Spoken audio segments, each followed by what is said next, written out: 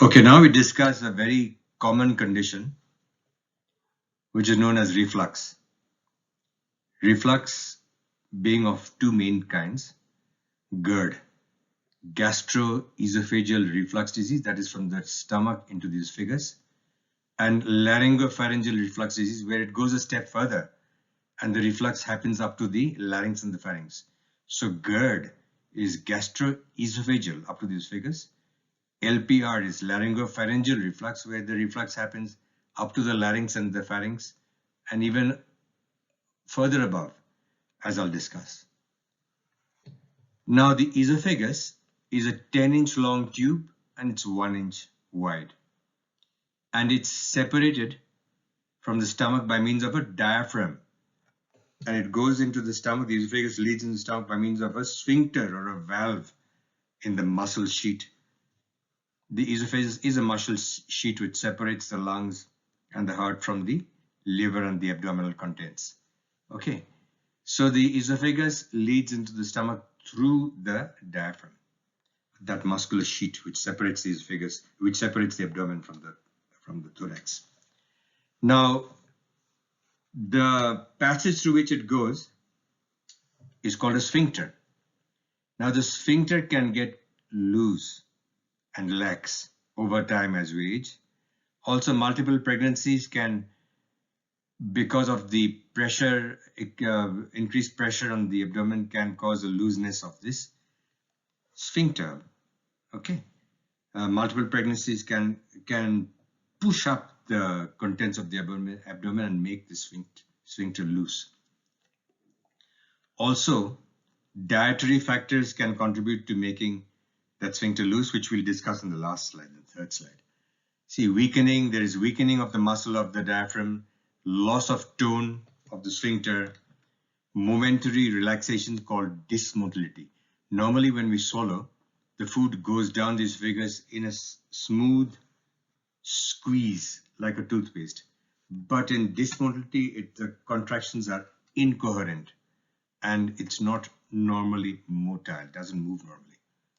Pregnancy and dietary factors, drinking too much Coke, smoking too much cigarettes, caffeine, can also cause this reflux.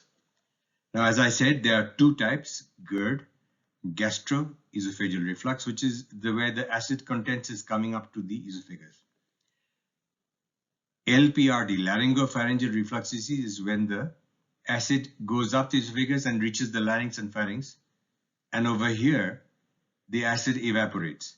The acid evaporates, hydrochloric acid, goes into the nose and sinuses, burns the throat, goes into the eustachian tubes and burns the middle ear ossicles.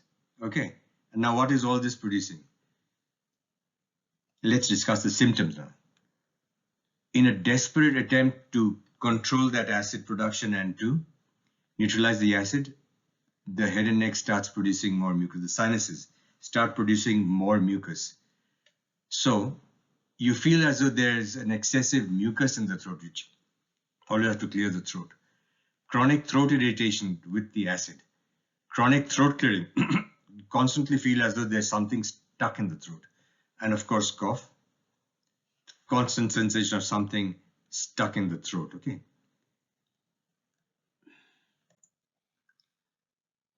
Now, these symptoms must happen at least twice a week or more for it to be diagnosed as GERD or LPR.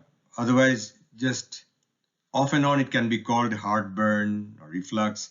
But to be diagnosed as a GERD or LPR or to be treated, it has to be, symptoms must be twice a week. Okay. There is dysphagia, that is trouble swallowing. There can be hoarseness because the acid burns up. See, the esophagus enters here and burns up this area. So if you look through at it through a scope, you'll find very red. Okay. There is voice weakness. There is postnasal drainage. There is regurgitation of food. Okay. Because food is coming up here and regurgitating into the mouth. There is heartburn, spasm of the larynx, where even your voice becomes hoarse and weak.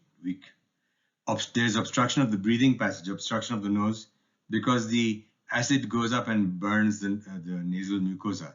So you feel constantly stuffy. There is wheezing. That's because you can't breathe. Contact ulcers in the vocal cords. In the vocal cords, because they are hitting together on acid, there are ulcers being produced here.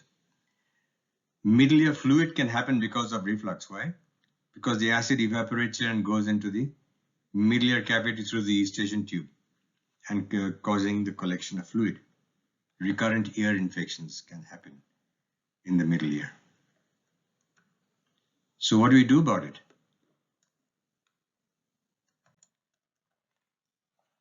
Now, this is the sheet you'll get when you come to my clinic.